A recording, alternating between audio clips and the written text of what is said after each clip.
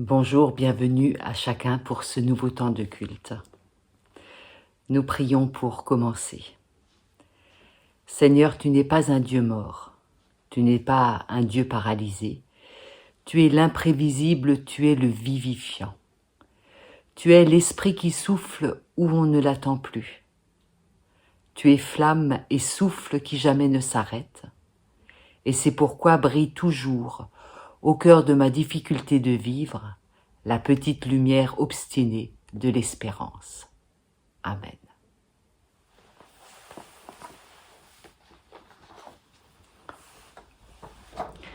La liste de lecture pour chaque dimanche ne nous donne guère l'occasion de prêcher sur des textes fondamentaux de la Genèse. Aujourd'hui, nous est proposé la lecture d'une petite partie de l'histoire de Noé, donc tout au début de la Genèse, entre les chapitres 6 et 9. Dans ces chapitres qui vont du 1er au 11e dans la Genèse, ce sont des questions existentielles qui sont évoquées, profondes, universelles. Et nous avons aujourd'hui une très belle définition de Dieu. Alors dans nos esprits peut-être se trouve encore ce reste de l'antagonisme entre le Dieu de l'Ancien Testament contre le Dieu du Nouveau Testament. Ce Dieu cruel, méchant, vengeur, guerrier qu'on trouverait dans l'Ancien Testament. Et à l'inverse, dans le Nouveau Testament, avec Jésus, on a un Dieu qui est tout différent, qui est plein de grâce et de bonté, qui vient vers nous. Alors le texte que nous allons lire aujourd'hui vient tout à fait contrecarrer cette image qui est fausse et qu'on peut encore parfois trouver ici ou là dans nos esprits. L'histoire de Noé, en fait, nous tient en haleine sur plusieurs chapitres. Ça va, comme je disais, depuis le chapitre 6 au chapitre 9. Nous sommes aujourd'hui à un moment charnière de l'histoire de Noé. Noé vient de sortir de l'arche avec sa famille et tous les animaux. Il offre alors un sacrifice, un holocauste pour être précis, c'est-à-dire quand on brûle entièrement l'animal. Et les rédacteurs de la Genèse écrivent « Le Seigneur se dit, je ne maudirai plus la terre à cause des humains, parce que le cœur des humains est disposé au mal depuis leur jeunesse. Je ne frapperai plus tout ce qui est vivant comme je l'ai fait. Tant que la terre subsistera, les semailles et les moissons, le froid et la chaleur, l'été et l'hiver, le jour et la nuit ne cesseront pas. » C'est ici que nous prenons la lecture quotidienne, dans le chapitre 9. Dieu dit encore à Noé et à ses fils avec lui, « Quant à moi, j'établis mon alliance avec vous et avec votre descendance après vous, avec tous les êtres vivants qui sont avec vous, tant les oiseaux que le bétail et tous les animaux sauvages, avec tous ceux qui sont sortis de l'arche, avec tous les animaux sauvages. J'établis mon alliance avec vous, tous les êtres ne seront plus retranchés par les eaux du déluge, et il n'y aura plus de déluge pour anéantir la terre. Dieu dit, voici le signe de l'alliance que je place entre vous, moi et vous, ainsi que tous les êtres vivants qui sont avec vous pour toutes les générations et pour toujours. Je place mon arc dans la nuée, et il sera un signe d'alliance entre moi et la terre.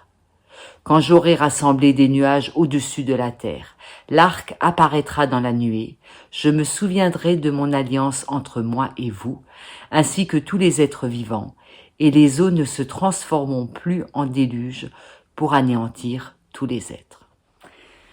Alors je ne sais pas ce que vous ressentez à la lecture de ces quelques versets. Pour ma part, c'est un ouf qui s'échappe de moi, qui vient spontanément, un relâchement. Vous savez, comme après ces moments de tension, quand on est crispé, quand on attend que ça se finisse, et puis quand arrive le dénouement, on se dit ouf, ça y est, je peux respirer à nouveau. Un peu comme on se réveille le matin après une nuit difficile où on a fait un cauchemar, et les images sont encore dans la tête. Le déluge, comme les autres histoires, enfin comme d'autres histoires dans la Bible, comme par exemple le sacrifice d'Isaac, ça me fait penser à ces histoires qui nous sont racontées et qui décrivent le pire qui puisse arriver, et puis immédiatement le texte, une fois qu'il a exposé le pire, vient immédiatement le contrecarrer en disant ça n'arrivera plus, c'est fini, Dieu l'interdit, ça n'arrivera plus jamais. Alors ces textes, évidemment, ont une forte densité symbolique. Elles font bien plus que raconter une histoire qui aurait eu lieu un jour à tel endroit. Et ça les rend beaucoup plus riches parce que, en fait, ce sont des histoires qui s'adressent à tous, où qu'on soit et quelle que soit notre histoire. Ce sont des histoires tellement fortes, tellement bouleversantes qu'elles rejoignent chacun. Alors que des déluges aient eu lieu ici ou là, selon les époques, évidemment, c'est le cas. Mais qu'on pense qu'on les doit à des dieux capricieux, c'est une explication qui est souvent invoquée par les sages dans la mythologie. La Bible n'est pas le seul ouvrage à conter ce genre de récit. Et il est très probable que les rédacteurs de cette histoire aient été influencés par d'autres textes mythologiques de ce genre et qu'ils aient écrit à leur tour une histoire du déluge. Mais ils l'ont fait à leur manière et ils y ont inséré des éléments qui les rendent tout à fait particuliers. Et c'est quelques éléments que je voudrais ce matin mettre en lumière. En fait, le premier élément, c'est un premier détail, si on veut, c'est un abus de langage. Nous, immédiatement, quand nous lisons cette histoire, nous parlons de l'arc-en-ciel. En réalité, dans le texte que nous avons sous les yeux, il est simplement question d'un arc. L'arc est une arme. Alors on est loin tout de suite de l'image bucolique qu'on a en tête immédiatement quand on pense à l'arc-en-ciel, qu'on trouve toujours très beau. Quand Dieu s'engage, selon le texte, avec les mots suivants, « Je place mon arc dans la nuée, et il sera un signe d'alliance entre moi et la terre. » En réalité, ce que fait Dieu là, à ce moment-là, c'est qu'il dépose les armes. Il dépose les armes comme on arrête la guerre. Il renonce à nuire à sa création.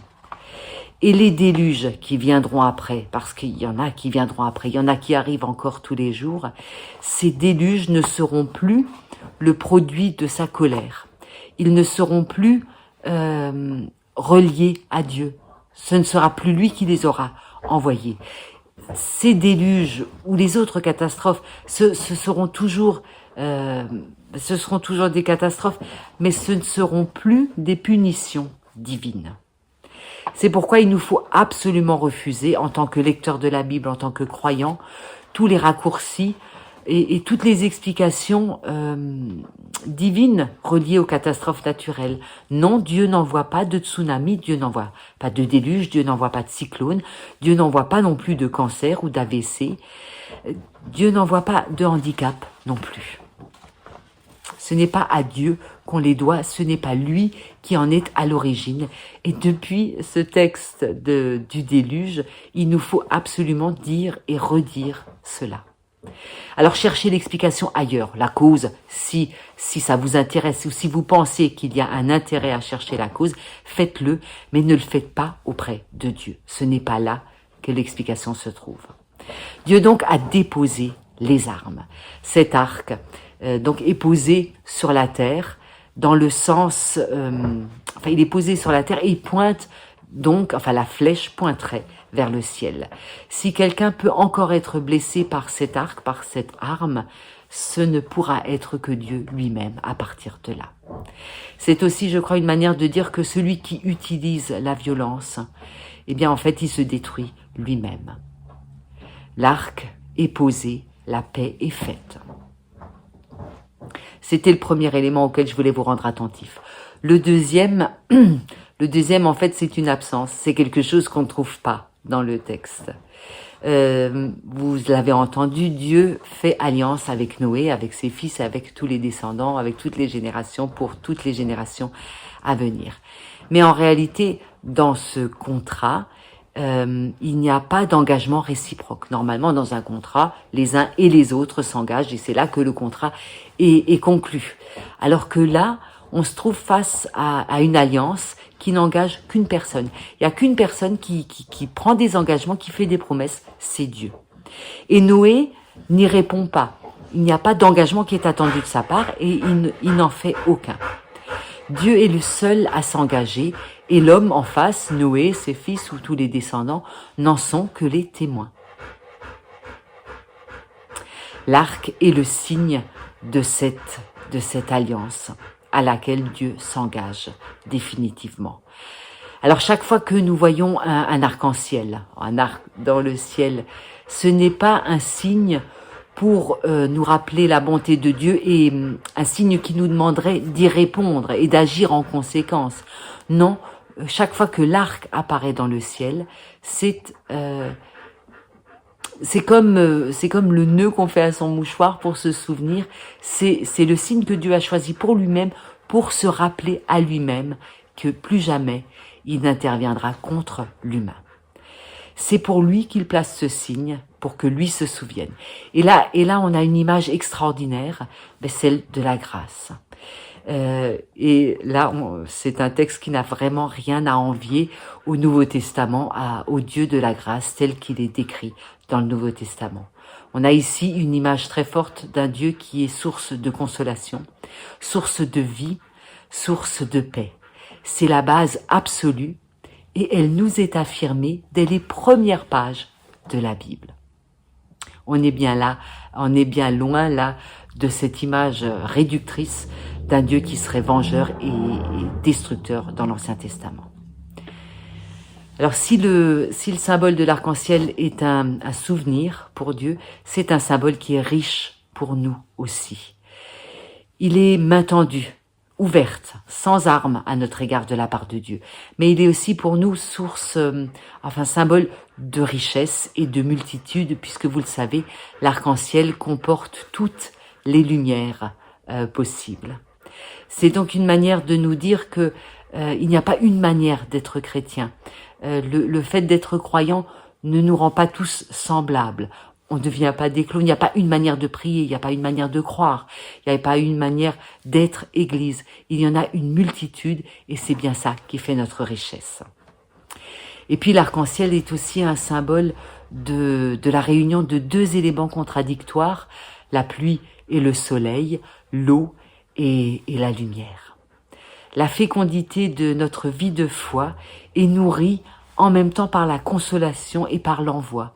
Être croyant, c'est être en même temps affermi, consolé, édifié pour soi.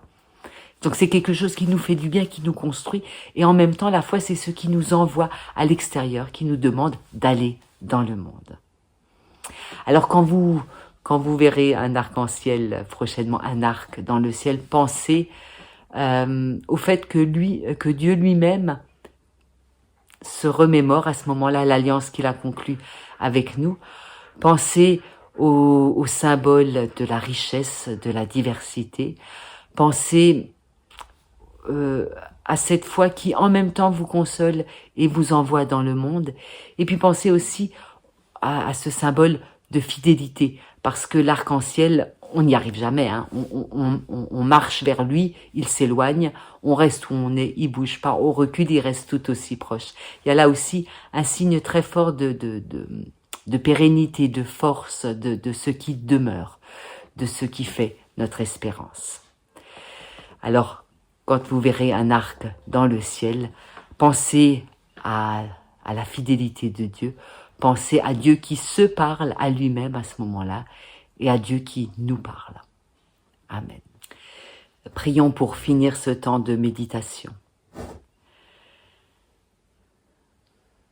Seigneur, merci pour ta présence, pour ta fidélité, pour ta confiance. Merci parce qu'un jour tu m'as tendu la main et patiemment tu m'as appris à ouvrir les yeux. J'ai pu alors voir et prendre cette main que tu offrais. Merci parce que tu m'as invité à m'approcher de toi, à chasser peur et méfiance. Loué sois-tu, Seigneur, parce que si je le désire et te le demande, tu peux être la lumière qui illumine mon visage. La lumière qui brille dans mes yeux, le souffle qui m'anime, le feu qui me réchauffe et me fait vivre. Tu es ma joie, ma paix. Avec reconnaissance, vérité, je veux te dire que je t'aime. Amen. et je vous souhaite à tous un excellent dimanche.